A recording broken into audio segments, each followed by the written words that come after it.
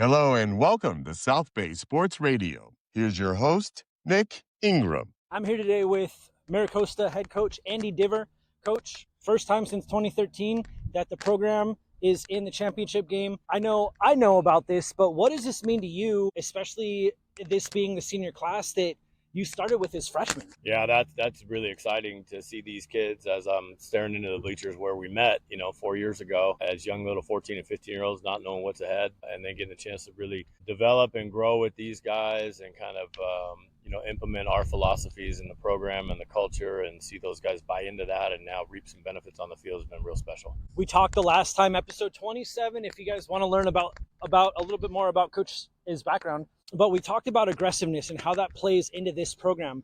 But how have you seen them not only accept that, but kind of take that personality on and use that to their advantage? Yeah, I mean, I think every kid has that in them. You need to bring it out of them. You need to understand that playing the game aggressively puts pressure on the defense, and just kind of having an aggressive mindset when you play is a good quality to have. So, instilling that in them, it's there. Our job is to kind of bring it out of them, and then to see it kind of come to fruition. I think that it's like a little guy jumping into the deep end, right? A little bit reluctant because they don't know what's ahead, and a little bit of the fear. Once they do it, then you can't get them out of the pool. And now they've bought into playing hard and getting after it. Playing hard, getting after it, jumping into the pool. Saturday, you've got another tough test. The other day it was St. Francis, and they're out of a tough league. And now you've got Agura, and they're out of the Marmonte League.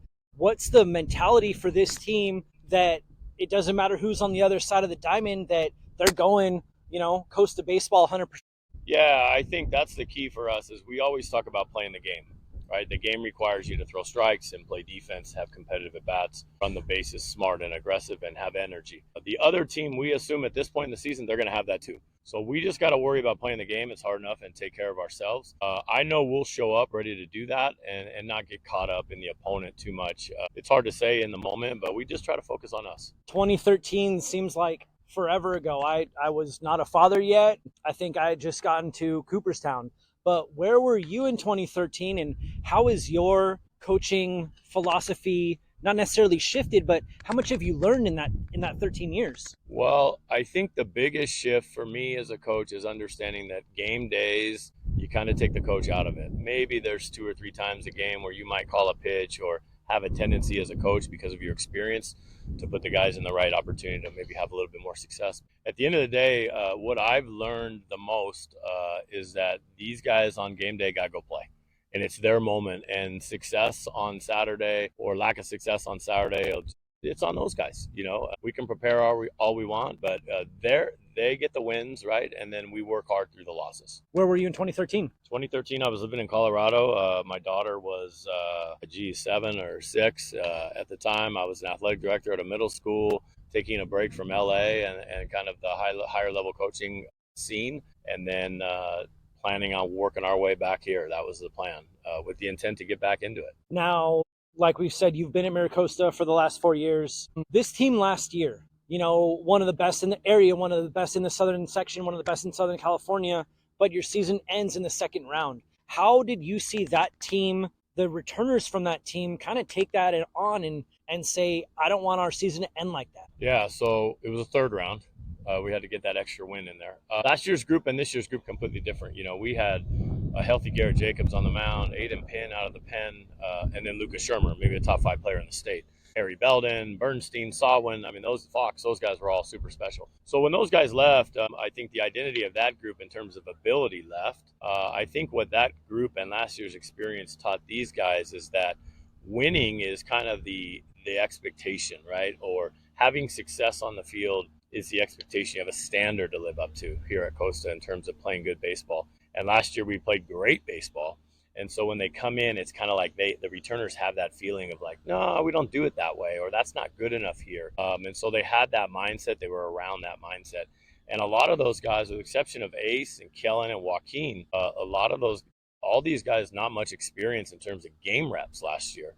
So the Mikos and the Austins, right, of the world who are having great seasons, those guys kind of put their time in, and then this year have kind of reaped the benefits. And it's hard. They've had successes and failures early, but this is a grind. This is a long season. We've been together since the Tuesday after Labor Day, and with very little time off. And here they are with 2 practices left and a CIF championship game. You had posted on one of your social medias that there's nothing better than practicing on Memorial Day. With football, it's practicing on Thanksgiving. But what did it mean to you to come out here Monday and be able to bring this team again back together for another game? And now, you're playing into the late stages of May, early June. Yeah, I mean, for me, it's the excitement comes for what they get to experience. And then for me, it's being around these guys. I love coming to the field, and I love being around these guys every day. They have really fun energy. But I think, Memorial Day hits, and that's kind of everybody thinks, oh, kick off the summer, school year's almost over. And for us, it's like, no, we're guaranteed we have one more practice. We practice on Monday with the idea that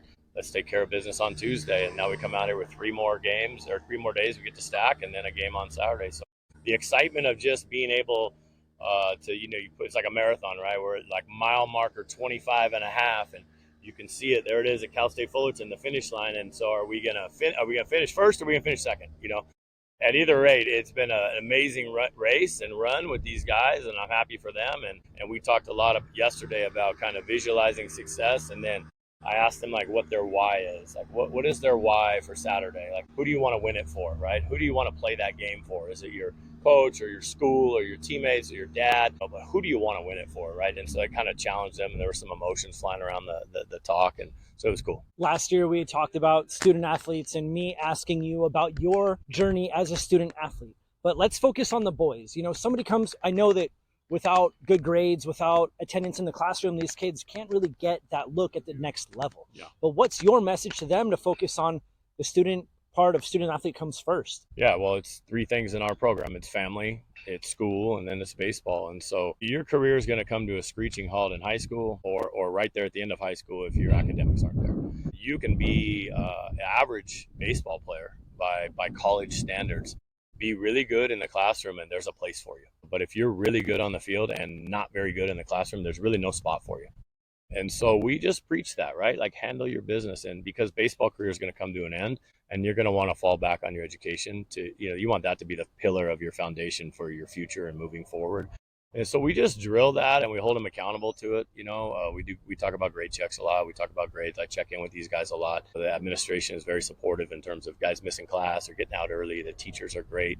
When we have to go to away games, they know their job, right? They've got a lot of hats they wear, but the most important is son, and number 2 is academics. One of the big things we talked about last year was chasing dreams. You had hung 3 names in the outfield: Chase, Kyle, and Petey. How big is it for you to know that these guys, let's chase your dreams, but with that reality still in check that, at some point your dreams are going to come to a screeching halt, whether your body gives up or somebody tells you that you're done? Yeah, I mean, we talk about that. We as a coaching staff, we all played and had some success. And then talk about how live in the moment, be present where your feet are, live in the moment, and enjoy that your body allows you to practice 330 days out of the year, right? Enjoy these friendships and the camaraderie of the brotherhood that you've built with your teammates, because most of these guys are going to go out the gates when it's all over, go their separate ways, and they'll reconnect, at winter break or over summer break, and some of them will stay really tight, but most of them will be teammates with memories. And so you want to create all the memories you can with these guys. And we talk about just kind of being present, living in the moment, because, nothing is taken for granted. And then, guys like that out there on the board that played here not long ago that come back on alumni day and talk to our guys, it's like a dose of reality for them. They see those names and it means something because they played at Costa, but then when they have interactions with those kids, when Chase Mydroff or Karros gets to come back and talk to our guys, then it's real authentic. Last thing, and I know we ended last year with this, but big on big, how big is that mentality been not only when it started with the program last year, this year, and then heading into Saturday's game? Yeah, well, I mean, I think the catchphrase behind that is that, no obstacle or challenge is too big. And when that obstacle or challenge is big ahead of you, then pivot your mindset, right? And that's the big, and then that's the other part of the big. And then, everything I do out here, I think of my brother every day. I miss him terribly. I get connected with him at the national anthem every time when I look at his initials on my hat, and I ask him to watch over our team and throw me a little good luck today. So it's something that I live by every day, and these guys have bought into it. They bought into it because of the mindset, and then they bought into it because they got to experience a head coach losing their brother, and they knew the connection. and they would see him at games with my mom and dad. And so there was this connection in terms of they knew it was a real entity that they were able to experience. And I think they just kind of rallied around that last year because it was so fresh. But it stuck. I mean, it stayed with, and we had it when we came here, 4 years ago, and we have it now. It's present. He'll be with me on Saturday, and it's something that I take great pride in, is carrying his name and honoring his name every day. And I feel very humbled and honored that these guys kind of live that message through me. And hopefully that big on big mindset is something they can carry on in life, job interview, or struggles down the road, whatever they have. Just kind of pivot the mindset, know they're going to get through it. All right, we're going to transfer into rapid fire. Okay. Before we hit rapid fire, today's episode is brought to you by Barber to You, Eli Lopez. Whether you need a little bit of a beard trim, whether you need some love for that championship Saturday, or, you just want to hang out and talk shop, let's go. Perfect. All right. Last year we did rapid fire, and I'm going to ask you the same questions, but let's go a little bit outside the box. Favorite baseball players ever? Mike Schmidt, Will Clark. Let's go two others that aren't Mike Schmidt, Will Clark. Did I say those last year? You did. Jeez. Roger Clemens and Chipper Jones. Ooh, nice Chipper Jones. Braves fan. Yeah, there we go. You get to sit down with anybody in history. Who would it be? My grandfather. He passed away when I was a month old, so I never got a chance to meet him. He was high up in the military and flew planes, and I would love to talk to him. Not named Bad News Bears favorite baseball movie? Field of Dreams. He's tugging at my heartstrings right here. I am. I know how to get to him. Movies being made about Andy Diver's life. Who plays you? Rip from Yellowstone. Yellowstone. I'm going to have to watch that now. Next. Yeah. All right. We're not going to Rinaldi's. You've got family coming out. You've got a friend coming out from Colorado, and they need to experience the South Bay. Where are you taking them, your favorite South Bay eatery, and what dish are you ordering there? I'm probably going to go El Tarasco's on Rosecrans. We used to spend a lot of time in El Porto and then walk up there, and we're going to have a Junior Super Deluxe burrito. Junior Super Deluxe El Tarasco. It's a little hole in the wall on Rosecrans. Let's go, Coach.